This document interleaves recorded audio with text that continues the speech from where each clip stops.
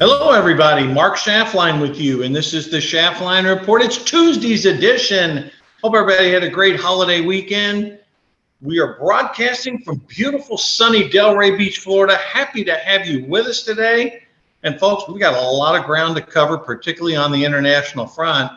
And I've got to tell you something. I thought President Biden, delivered a very powerful speech in Poland today after a surprise visit to Ukraine and walking through the streets of Kiev, which obviously was to no delight of the Russians and Vladimir Putin.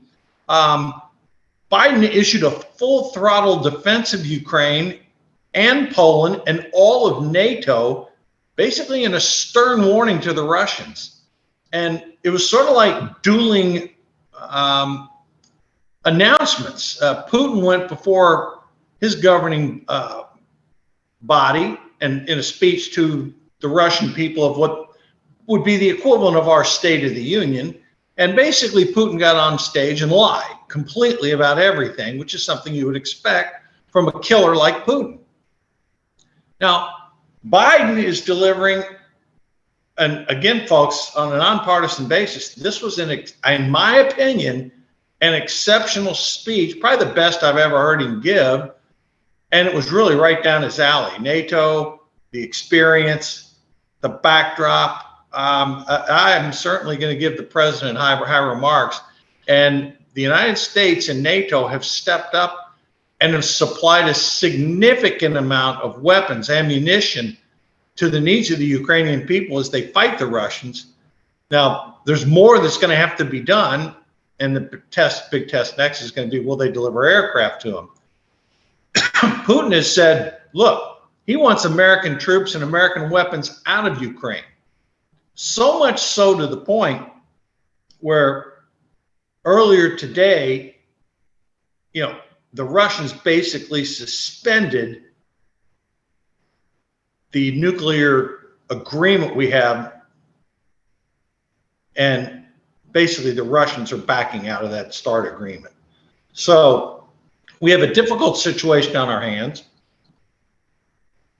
The United States and its allies in NATO continuing to supply significant military equipment. Now, the Russians, folks, the Ukrainians are suffering losses, but the Russians effectively are fighting a war in World War I style, in trenches where they're fighting for meters over a really non-strategic city. In the last 2 weeks, 10,000, grasp that number, folks, 10,000 Russian soldiers have been killed in battle. And reports are that the total number of soldiers killed since this war started 1 year ago is 143,000. It's obvious Putin couldn't care less about his own men. I mean, they're bringing mobile crematoriums in from China. He suspends the START nuclear weapons treaty. No sign of backing down whatsoever. And there's even reports out there of which Secretary Blinken has warned the Chinese not to deliver offensive weapons to the Russians. So it's crystal clear to us on this side that we're seeing a clear escalation in this war. And make no mistake about it, folks, okay? For those who sort of put their head in the sand, this is a proxy war. The United States and NATO, representing the good guys, are supplying the Ukrainian people who are doing the bulk of the fighting with the weapons and ammunition they need, maybe not to win, but certainly hold them off. Now, the question is going to be, will we be able to provide more aid to them? And I can already see the battle line starting to be drawn. But make no mistake about it, in that speech today, Biden gave an unequivocal yes that the United States and the NATO allies would be doing everything they can to assist Ukraine, almost as though Ukraine were already an official member of NATO, when in a sense, they're effectively a de facto member right now because NATO is supplying Ukraine with the vast overwhelming majority of its weapons. So it's a clear escalation. The Russians, for their part, are not gaining any ground. They've thrown massive resources at this problem. There were reports over the weekend that up to 97% of Russia's military is engaged in this fight in Ukraine. And yet, the battle lines, the territorial lines, hardly any movement at all. It's almost like we're fighting in a stalemate. And do not kid yourself, folks. Every day there are significant losses of life in that battle zone. It's like World War I tactics. Hard to believe. Here we are in 2023, and they're fighting a war in Eastern Europe that is reminiscent of World War I. Trench warfare, literally. I heard reports over the weekend about both sides lobbing grenades at each other. I mean, that's insane. But that's where we are right now. Putin's making his demands. Biden is stepping up, saying we will have none of this. The Ukrainians are in the right. NATO is in the right. The Russians and Putin have committed war crimes. It's crystal clear. We've seen overwhelming evidence as such. And yet the Russian leader goes on TV and lies to his entire population. Basically says the United States and the Ukrainians started the war. Come on, give me a break. So again, this is the story dominating global news right now. And it's one that we're going to have to stay on top of, because military experts alike, the United States has made a lot of good moves in this conflict, but the stakes keep getting higher. And the next debate will be, will the United States and NATO supply military upgraded aircraft to the Ukrainians? Some in the administration are saying yes. Members of Congress are pushing for it on both sides of the aisle.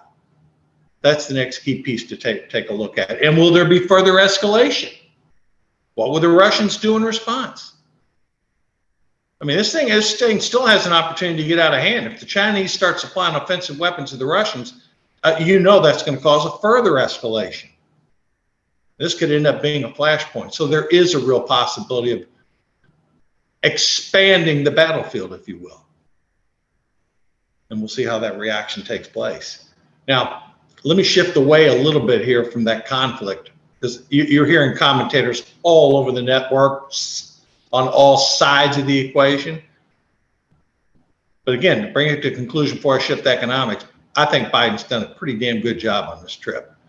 And again, we're critical of him when he needs criticism, but right now, I think he's had one of his finest moments as president. Now, let me shift over to some tougher economic news here at home. And at the end of the day, folks, this is going to affect a lot of Americans. The producer price index jumped 0.7% in January, signaling inflation is not going away. To put it in perspective, in December, the producer price index fell 0.2%. So to go from a 0.2 fall to a 0.7 gain, that caught the street off guard. Stocks started falling last week, and they are continuing to fall today, down anywhere, depending upon which index you follow, NASDAQ, S&P 500, or Dow, anywhere from 1.5% to 2%. Why? Because of fear of rising interest rates. And make no mistake about it, interest rates are rising. There is a thought on Wall Street now by all the pom-pom boys and the cheerleaders out there who thought there'd be a rate cut by the end of the year. There's no chance whatsoever. We've been saying that on this show for months, how that would not happen. And now there's a fear that the terminal rate, which most Fed watchers are estimating to be between 5 and 5.25%, could go higher. I got news for you. 0.7% increase in producer price index, that's no way to slow down inflation. And the markets are reeling today, particularly those technology stocks and some of the companies that lose money that had these sky high valuations. We've been warning you about these kind of stocks for months. Some of you got lucky and rode the ride up, and that ride's coming down fast. Interest rates are ticking back up. I saw earlier today, 30-year fixed rate mortgages, 6.7%. And you know what? Anyone that had adjustable rate loans heading into this year, most of those have a cap of a 2% rise. Most of them are going up 2%. So when you take into account the consumers who maybe reached their limit on spending aggregately, credit card balances $980 billion. Yeah, folks, a gigantic number. You could see a little bit of a slowdown take place. But again, when you put all the stuff together and make the sauce, the unemployment rate's still hanging around at 3.5%, and the layoffs have been predominantly confined to the technology sector. But we've said all along, interest rates will be headed up, staying higher for longer. And again, the pom-pom boys and the cheerleaders on Wall Street that tried to make you think that everything was going to be just Humpty Dumpty and dandy, rates would come down, they'd be cutting by the end of the year. They're looking like fools right now. And again, we've been telling you on the show for months that that was not going to happen. So again, keep in mind, there's always opportunities out there, but generally people buy stocks when they think they're going to go higher and sell them when they think they're going to go lower. And we're seeing lots of selling over the past couple of days. Now, let's get into some of what I call the cultural issues, because they were front and center this weekend also. Potential presidential candidate and the governor here of our great state of Florida, Ron DeSantis, was on a recruiting trip, visiting New York, New Jersey, he's going to stop by Illinois, and he's recruiting police officers to come to Florida. And his basic message is one that we've been, again, talking about on this show for a long time. Support the blues, support the police. And his message is you don't have to be in these crime-ridden deep blue cities where the population doesn't support your work and the politicians are afraid of their voters and they won't support you. Come to Florida. And you know what? A lot of them are taking him up on that offer. We don't have everything perfect in the state of Florida by any means. There's horrific crimes that happen all across the country. But one thing the police know in the state of Florida, the governor, the legislature, most county district attorneys, and most of the citizens are highly supportive of the police in the state of Florida. So it makes DeSantis' recruiting trip a lot easier than it would for certain states. And again, if the message is, if you're tired of not being supported by your mayor, your governor of these deep blue Democratic cities, come to Florida. You will have support. Now, he hasn't officially announced he's running yet. So far, we only have two candidates, Donald Trump and Nikki Haley. But there is widespread expectations that DeSantis, at some point this year, will throw his hat into the ringer. And we could not be happier for it here in the great state of Florida. Now, adding on to these culture wars, this is really bizarre. I don't know if you caught this or not, folks. It's really a paradox for me, because as well as the president's doing on this trip, he still has some of the most screwed up domestic policies. It's inconsistent with me. So here he is, the Biden administration under Title IX, which is a thing tied to education and athletics. Now they want to allow biologically born men to compete in women's sports. And again, this case is being challenged in court. I get the culture wars where men want to be women and some women want to be men, that tiny, minute fraction of the population. But what do? They blow it up because for them, it's identity politics. Who in their right mind wanted to have men competing in girls' sports? That is insane. We've said that on this show for years. If you're a guy and you want to become a girl, okay, have at it. But in our opinion, these people that transition from a man to a woman have no business participating in women's sports. Period. End of story. There's no basis behind it. But here, what does the Biden administration do? True to colors. They want to force female athletes to compete with male athletes under the guise of, well, now they're transgender, they transgender to a woman. This stuff is out of control, folks. It's government sponsored and it's insane. And that's our position, and we're sticking to it. And all the haters out there, if you don't like it, then tough. But we believe men, if you want to convert to a woman, fine, have at it. But that does not give you a right to participate in women's sports, competing against naturally born women. You hardly ever see it on the other side. Women who transition to men that want to compete against men because they can't do it. Oh, you're sexist. Yeah, you're sexist, racist. Baloney. None of that crap's true. But our positions are firm on this. Men can compete against men. Women can compete against women. And that's how we think it ought to be. And then, God, folks, in some really disturbing news, we saw a lot of just horrific crime scenes over the weekend. I mean, just bad stuff that comes to press, where people get shot in parking lots over a disputed parking space. You see stories about, and in that case, it was a black woman shooting a white woman. If it had been the other way around, it had been national news all over the place. Hate crime, probably. And you saw stories about just horrific things happening in these cities. But what really caught our eye, in Los Angeles, a beloved Catholic bishop was murdered in his own home in Hacienda Heights, part of Los Angeles. The suspect is in custody, but the motive is unclear for the murder right now. As we hear news come about, as we get more information, we'll pass it along. But God, what shape is society in when a bishop gets murdered in his own home? Now, there were some reports that the suspect's wife worked for the bishop.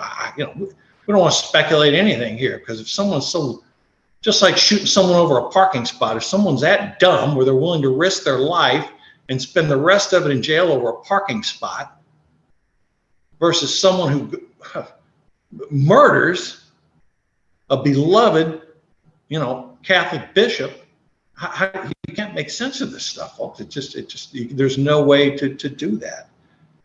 So again, for all of the victims out there of these horrific crimes, boy, our hearts go out to them. And then last, we got the sad news again that our 39th president from Plains, Georgia, Jimmy Carter, he is in home hospice, just decided against further medical treatment. And, I can speak for having been lost a relative who had to go through hospice. It's not a pleasant experience, but it is comforting knowing that in his final days, he will be surrounded by family and friends. And whether you agree or disagree with former President Carter policies, and I know I adamantly disagreed with a lot of them. I was just becoming of age when he was president. I didn't agree with a lot, but I do know one thing: that man is a good man. Post his presidency, he led an exemplary life, a highly religious man, stood up for what he believed in. And I think what I will remember him most about, not necessarily, his presidency, but what he did post-presidency. Because if there ever was, the story of, someone living up to the standards of what they believed in and demonstrating it on a daily basis, former President Carter would fall into that. So again, we're not writing his obituary today because he's still in hospice, but having seen the handwriting on the wall, I have nothing but praise for the former president and how he has led an exemplary life, a life that all Americans could be proud of. And then lastly, sort of breaking news right as we're coming on the air, the train derailment in Ohio, which has really caused a lot of heartache for the citizens. The Environmental Protection Agency announced today that they're taking over the cleanup responsibility on this. It's probably not a bad idea to get them involved, because this thing, we've had another derailment since then, but boy, this thing really, there were some real problems. People are really suffering.